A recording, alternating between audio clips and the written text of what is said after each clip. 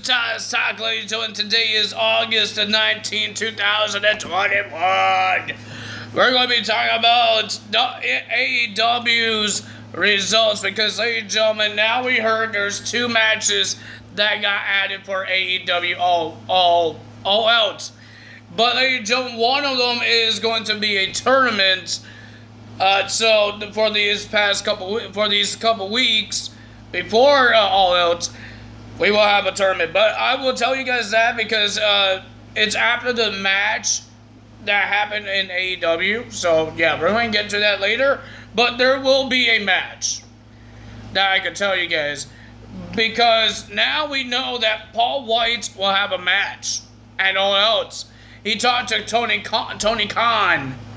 And he will be versing QT Marshall with his big eyes. What? He's the one that's saying that that he has a lot of a lot of surgeries that happen on big shows, or Paul White's now, on his hip, and he can't walk, and he can't do things. But looks like Paul White could do things because he's going to go one-on-one with QT Marshall. QT got scared. He almost pooped his pants. Well, ladies and gentlemen, looks like we're going to have the same thing that happened on Impact Wrestling with the UFC guy, Dan Lambert, whatever his name is, because now he's on AEW, causing trouble. And I guess Tony Khan told Dan Lambert before, no UFC guys could be in the professional wrestling ring. So now he brought some former UFC fighters, and he was making fun all about the fans of AEW. And he did call out one of the AEW superstars to come out to, I guess, fight his UFC fighters, I guess, or fight him. But I don't think he could fight, because the last time we seen him, he got beat up by Lance Archer. So nobody really cares about that. So Lance Archer came out for the fans to shut him up until Scorpio Sky and Ethan Page attacked him. You know, that was the worst attack I ever seen.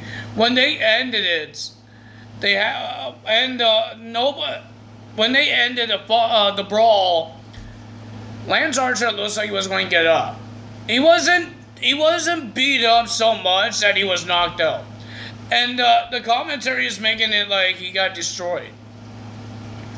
Oh man, that did not look like a good beat up. Not good at all. I don't know what was that, but okay. But ladies and gentlemen, let's get to the matches. I believe Jon Moxley got attacked by 2.0. So he's going to be versing Garcia. I forgot his name. What is his first name is? He's part of 2.0 as well, I think. Garcia will be versing Jon Moxley at Rampage. We're going to see Kiera Hogan on her TV debut. Since she left Impact Wrestling, she's on AEW now. She will be versing Jade Cargill at Rampage this Friday in Chicago. That's pretty cool. Pretty cool. And I forgot what else match is going to be on there. What match is going to be on there now? I believe there's still going to be three.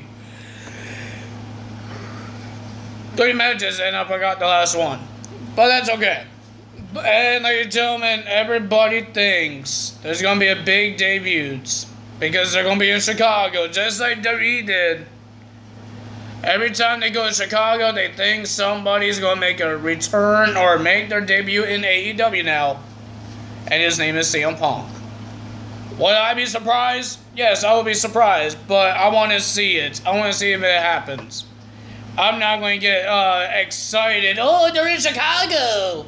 And he doesn't show up. I'm not getting no excited. So, yeah. So, beginning of the show, I believe 2.0 or Garcia attacked Jon Moxley. That's why that match is happening on Rampage. So, we got a Texas Tornado match between Sting and Darby Allin versus 2.0. It was an okay match, not bad. There was weapons getting involved, skateboards, tables, and Sting getting put through a table. But the winner of that match with a double Scorpion Death Drop was Sting. And he did a double Scorpion Death Lock, I believe that's what it's called, on to both 2.0 guys, and they got the win. Sting and Darby Allin gets the win. Then we had Sammy Guevara versus Shawn Spears, but before the show even started, Sammy had an announcement. And ladies and gentlemen, this is a real proposal this time, not like in NXT, it was a storyline proposal. This is Sammy proposing to his real life girlfriend, Pam, and he proposed to her in the middle of the ring, and she said yes.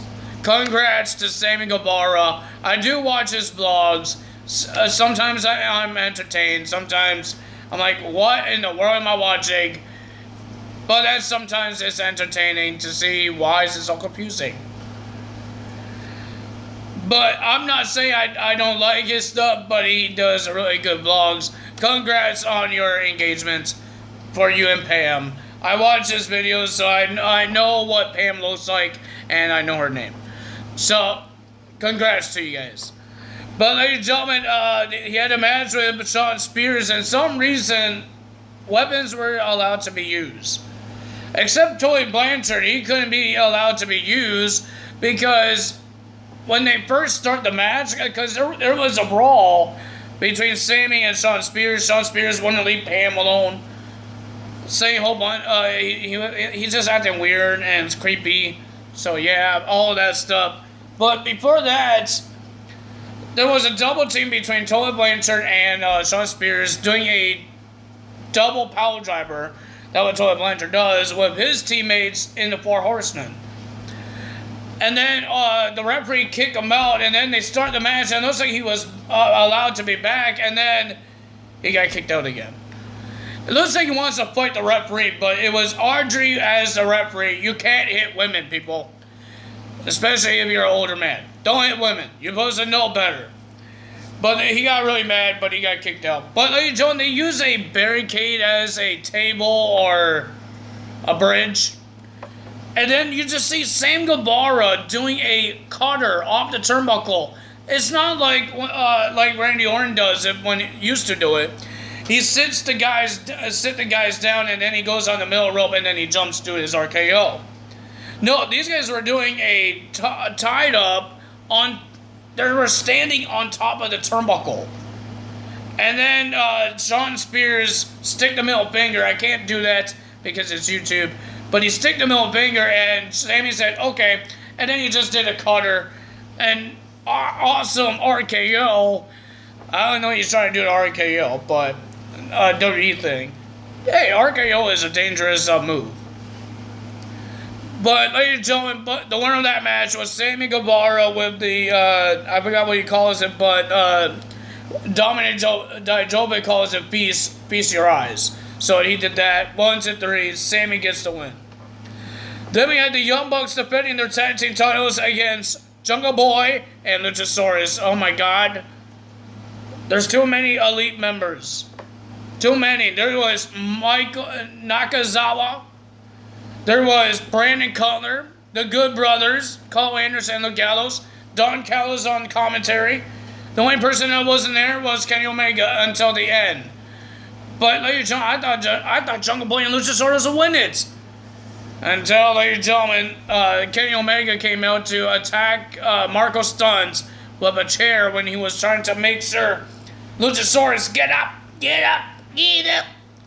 And then he Kenny Omega whacked him with the chair. He gave the Young Bucks the chair. Everybody was on the apron to distract the referee.